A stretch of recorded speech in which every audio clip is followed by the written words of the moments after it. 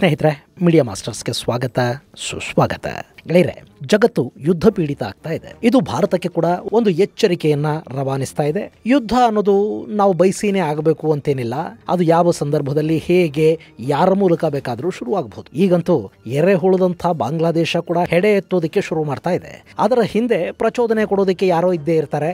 So Bharat ಸದಾ ಸನ್ನದ್ಧ ಸ್ಥಿತಿಯಲ್ಲಿ ಇರಬೇಕಾಗುತ್ತೆ. ಇನ್ನು ಚೈನಾ ಭಾರತದ ಗಡಿಯಲ್ಲಿ ಸ್ಟೆಲ್ತ್ ಏರ್ಕ್ರಾಫ್ಟ್ ಹಾಗೂ ಡ್ರೋನ್ಗಳನ್ನು ನಿಲ್ಲಿಸಿದೆ. ಹೀಗಾಗಿ ಅವುಗಳನ್ನು ಎದುರಿಸೋದಕ್ಕೆ ಕೇವಲ ಕ್ಷಿಪಣಿಗಳು, ಯುದ್ಧ ವಿಮಾನಗಳು ಮಾತ್ರ ಇದ್ದರೆ ಸಾಕಾಗುವುದಿಲ್ಲ.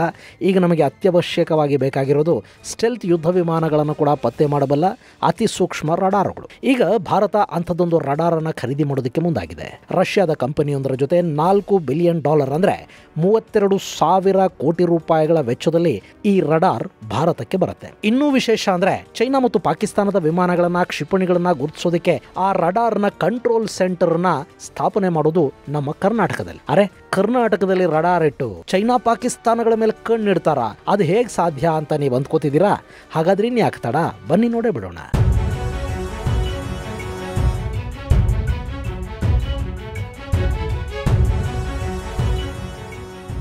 ಗೆಳೆಯರೆ, ಈಗ ಯುದ್ಧದ ಚಿತ್ರಣ ಬದಲಾಗಿದೆ. ಮಿಂಚಿನ ವೇಗದಲ್ಲಿ ಸಂಚರಿಸಬಲ್ಲ, ಯಾವುದೇ ರಡಾರ್ಗಳ ಕಣ್ಣಿಗೂ ಬೀಳದ ಮಿಸೈಲುಗಳು, ಯುದ್ಧ ವಿಮಾನಗಳು, ಡ್ರೋನುಗಳು ಯುದ್ಧದ ಗತಿಯನ್ನ ಬದಲಿಸ್ತಾ ಇವೆ. ಇಲ್ಲಿವರೆಗೂ ಇದ್ದ ಸಾಂಪ್ರದಾಯಿಕ ಆಯುಧಗಳು ಮುಂದಿನ ದಿನಗಳಲ್ಲಿ ಉಪಯೋಗಕ್ಕೆ ಬರೋದೇ ಇಲ್ಲವೇನೋ ಅನ್ನೋ ಪರಿಸ್ಥಿತಿಯನ್ನ ಈ ಆಧುನಿಕ ಉಪಕರಣಗಳು ನಿರ್ಮಾಣ ಮಾಡ್ತಾ ಇವೆ. ಇನ್ನು ಮುಂದೆ ಯುದ್ಧ ಭೂಮಿಯನ್ನ ಆಳುವುದು ಸ್ಟೆಲ್ತ್ ಟೆಕ್ನಾಲಜಿ. ಭಾರತದ ಐಐಟಿ ಕೂಡ ಅನಾಲಕ್ಷ್ಯ ಅನ್ನೋ ಬಹುತೇಕ ಸ್ಟೆಲ್ತ್ ಟೆಕ್ನಾಲಜಿಯೊಂದನ್ನು ಸಿದ್ಧಪಡಿಸಿದೆ. ಇನ್ನು ನಮ್ಮ ಆಮ್ಕಾ ಪ್ರಾಜೆಕ್ಟ್ ಕೂಡ ಆ ಸ್ಟೆಲ್ತ್ ಟೆಕ್ನಾಲಜಿಯನ್ನ ಹೊಂದಬೇಕು ಅನ್ನೋ ಕನಸ್ಸು ಭಾರತೀಯ ಸೇನಾಪಡೆ ಹಾಗೂ ವಾಯುಪಡೆಗಿದೆ. ಈಗ ಅಲ್ಲೂ ಸಾಕಷ್ಟು ಕೆಲಸಗಳು ನಡೀತಾ ಇವೆ. ಹೀಗೆ ಭಾರತ ತನ್ನ ಆಯುಧ ಭಂಡಾರವನ್ನ ಗಟ್ಟಿ ಮಾಡ್ಕೋಬೇಕು, ಹೊಸತನ್ನೇನೋ ತಗೋಬೇಕು, ತಯಾರಿಗಳನ್ನ ಮಾಡ್ಕೋಬೇಕು ಅಂತ ಅಂದ್ಕೊಳ್ಳೋ ಹೊತ್ತಿಗೆ ಚೈನಾ ಅದಕ್ಕೆ ಕೌಂಟರ್ ಅನ್ನ ಸಿದ್ಧ ಮಾಡಿಬಿಡುತ್ತೆ. ನಾವು ಆಮ್ಕಾ ಅಂತಿದ್ದೀವಿ, ಅವರು ಅಮೆರಿಕಾದ F-35 ಟೆಕ್ನಾಲಜಿಯನ್ನು ಕದ್ದು ಅದನ್ನು ರಿವರ್ಸ್ ಇಂಜಿನಿಯರಿಂಗ್ ಮಾಡಿ J-35 ಅನ್ನೋ ಸ್ಟೆಲ್ತ್ ಯುದ್ಧ ವಿಮಾನಗಳನ್ನು ತಯಾರು ಮಾಡ್ಕೊಂಡಿದ್ದಾರೆ.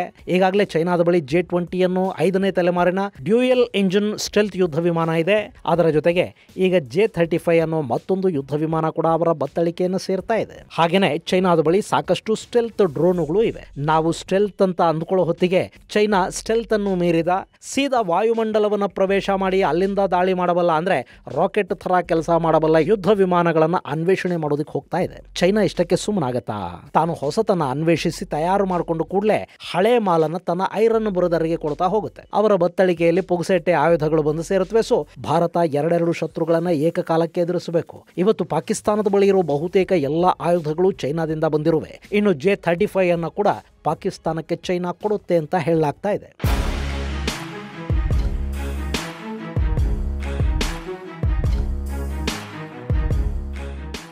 ಹೀಗೆ ಶತ್ರು ದೇಶಗಳು ಆಯುಧಗಳ ಶಕ್ತಿಯನ್ನ ಹೆಚ್ಚು ಮಾಡಿಕೊಳ್ತಾ ಇವೆ ಅಂದಾಗ ಅದನ್ನು ನಿಯಂತ್ರಿಸುವ, ನಿಗ್ರಹಿಸುವ ಆಯುಧಗಳನ್ನು ನಾವು ಮಾಡ್ಕೋಬೇಕಾಗತ್ತೆ. ಏರ್ ಡಿಫೆನ್ಸ್ ಮತ್ತು ಏರ್ ಸುಪೀರಿಯಾರಿಟಿಯನ್ನು ಕಾಪಾಡ್ಕೋಬೇಕು ಅಂದ್ರೆ ಅದಕ್ಕೆ ರಡಾರ್ ವ್ಯವಸ್ಥೆ ಬಲಿಷ್ಠವಾಗಿರಬೇಕು. ನಿಮಗೆ ನೆನಪಿರಬೇಕು, ಭಾರತದ ಬ್ರಹ್ಮೋಸ್ ಮಿಸೈಲ್ ಒಂದು ಇತ್ತೀಚೆಗೆ ಮಿಸ್ಫೈರ್ ಆಗಿ ಪಾಕ್ ಗಡಿಯನ್ನು ದಾಟಿ ನಿರ್ಜನ ಪ್ರದೇಶವೊಂದರಲ್ಲಿ ಬಿತ್ತು. ಅವತ್ತು ಆ ಬ್ರಹ್ಮೋಸ್ಗೆ ಯಾವುದೇ ರೀತಿಯ ಸಿಡಿತಲೆಗಳನ್ನು ಅಳವಡಿಸಲಾಗಿರಲಿಲ್ಲ. ಹೀಗಾಗಿ ಅಲ್ಲಿ ದೊಡ್ಡ ಅಪಾಯವೊಂದು ತಪ್ಪಿತ್ತು. ಆದರೆ ಈ ಘಟನೆಯಿಂದ ಎರಡು ವಿಷಯಗಳು ಜಗಜ್ಜಾಹೀರಾದವು. ಒಂದು, ನಮ್ಮ ಬ್ರಹ್ಮೋಸ್ನ ಶಕ್ತಿ ಎಷ್ಟು ಅನ್ನೋದು ಗೊತ್ತಾಯಿತು.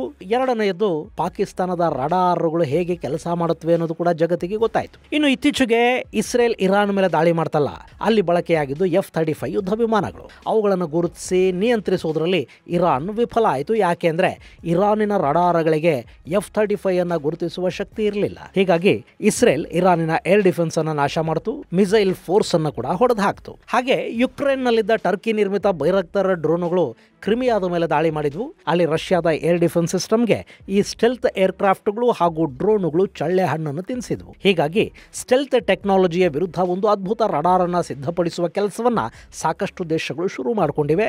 ರಷ್ಯಾ ಅದರಲ್ಲೂ ಯಶಸ್ಸನ್ನು ಪಡ್ಕೊಂಡಿದೆ. ಅಲ್ಲಿ ಅಲ್ಮಾಜ್ ಆಂಟೆ ಅನ್ನೋ ಡಿಫೆನ್ಸ್ ಕಂಪನಿಯೊಂದು ಸ್ಟೆಲ್ತ್ ಯುದ್ಧ ವಿಮಾನಗಳು ಹಾಗೂ ರಡಾರ್ಗಳ ಜೊತೆಗೆ ಇಂಟರ್ ಕಾಂಟಿನೆಂಟಲ್ ಬಾಲಿಸ್ಟಿಕ್ ಮಿಸೈಲ್ಗಳ ಮೂವ್ಮೆಂಟ್ ಅನ್ನು ಕೂಡ ಗುರುತಿಸುವ ಅದ್ಭುತವಾದ ರಡಾರ್ ವ್ಯವಸ್ಥೆಯನ್ನ ಅನ್ವೇಷಣೆ ಮಾಡಿದೆ. ಈಗ ಆ ರಡಾರ್ ಭಾರತಕ್ಕೆ ಬರ್ತಾ ಇದೆ. ನಮ್ಮ ಶತ್ರುಗಳ ಪ್ರತಿಯೊಂದು ನಡೆಯನ್ನು ಇದರಿಂದ ಗುರುತಿಸೋದಕ್ಕೆ ಸಾಧ್ಯ ಆಗುತ್ತೆ.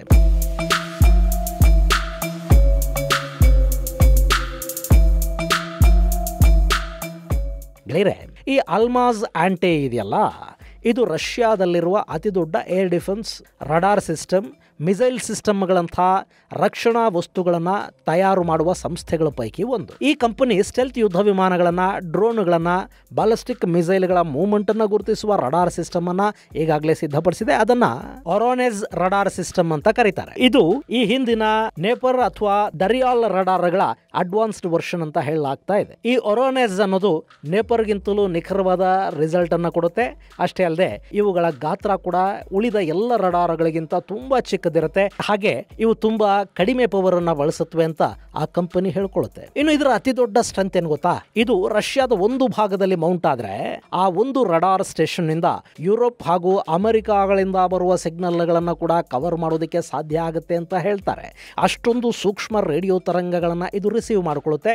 ಇದರ ಜೊತೆಗೆ ಗಡಿಗಳಲ್ಲಿ ಈ ರೀತಿಯ ರಡಾರ್ಗಳನ್ನು ಇಟ್ಟಾಗ ಅವುಗಳಿಂದ ಹೊರಡುವ ರೇಡಿಯೋ ತರಂಗಗಳನ್ನು ಸಂಗ್ರಹಿಸಿ ಅದು ಅಕ್ಯುರೇಟ್ ಆದ ಮಾಹಿತಿಯನ್ನ ಸೇನೆಗೆ ಕಳುಹಿಸಿ ಕೊಡುತ್ತೆ. ಇದರಿಂದ ಯಾವುದೇ ದೇಶದಿಂದ ಆಗಬಹುದಾದ ಸಂಭಾವ್ಯ ದಾಳಿಯನ್ನ ಗುರುತಿಸುವಲ್ಲಿ ಹಾಗೂ ದೇಶದ ಸಾರ್ವಭೌಮತ್ವವನ್ನು ಕಾಪಾಡುವುದರಲ್ಲಿ ಈ ವ್ಯವಸ್ಥೆ ತುಂಬಾನೇ ಸಹಾಯವನ್ನ ಮಾಡುತ್ತೆ ಅನ್ನೋದು ರಷ್ಯಾದ ಕಂಪನಿ ಹೇಳ್ತಾ ಇರೋ ಮಾತು. ಇನ್ನು ಇವುಗಳಲ್ಲಿ 3 ಪ್ರತ್ಯೇಕ ಮಾಡೆಲ್ಗಳಿದ್ದು ಒಂದಕ್ಕಿಂತ ಒಂದು ಹೆಚ್ಚು ಮಾಹಿತಿಯನ್ನು ಕೊಡುವ ಶಕ್ತಿಯನ್ನು ಹೊಂದಿವೆ. ಈ ರಡಾರ್ಗಳನ್ನ ಯಾವುದಾದ್ರೂ ಒಂದು ಭಾಗಕ್ಕೆ ಡೆಸಿಗ್ನೇಟ್ ಮಾಡಿಬಿಟ್ರೆ ಆ ಭಾಗದಲ್ಲಿ ನಡೆಯುವ ಪ್ರತಿಯೊಂದು ಚಲನವಲನದ ಮೇಲೆ ಕಣ್ಣಿಡುವ ಸಾಮರ್ಥ್ಯ ಇದಕ್ಕಿದೆ. ಇನ್ನು ಅಗತ್ಯ ಸಂದರ್ಭಗಳಲ್ಲಿ ಸ್ಯಾಟಲೈಟ್ ಜೊತೆ ಕನೆಕ್ಟ್ ಆಗುವ ಈ ರಡಾರ್ ಸಂಭಾವ್ಯ ಅಪಾಯಗಳ ಬಗ್ಗೆ ಸ್ಯಾಟಲೈಟ್ ಚಿತ್ರಗಳನ್ನು ಕೂಡ ತೆಗೆಯುತ್ತೆ.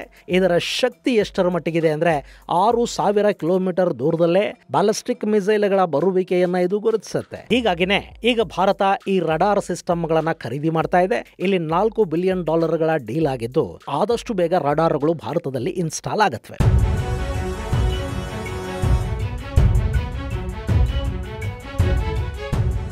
ಇನ್ನು ಇವುಗಳ ನಿರ್ಮಾಣ ಕೂಡ ಭಾರತದಲ್ಲೇ ಆಗ್ತಾ ಇದ್ದು ಅದಕ್ಕಾಗಿ 60% ಉಪಕರಣಗಳನ್ನು ಭಾರತದಲ್ಲೇ ಸಿದ್ಧಪಡಿಸೋದಕ್ಕೆ ನಿರ್ಧಾರ ಮಾಡಲಾಗಿದೆ. ಇದರ ಉಸ್ತುವಾರಿಯನ್ನ ಎಲೆಕ್ಟ್ರಾನಿಕ್ ಅಂಡ್ ರಡಾರ್ ಡೆವಲಪ್ಮೆಂಟ್ ಎಸ್ಟಾಬ್ಲಿಷ್ಮೆಂಟ್ಗೆ ಕೊಡಲಾಗಿದೆ.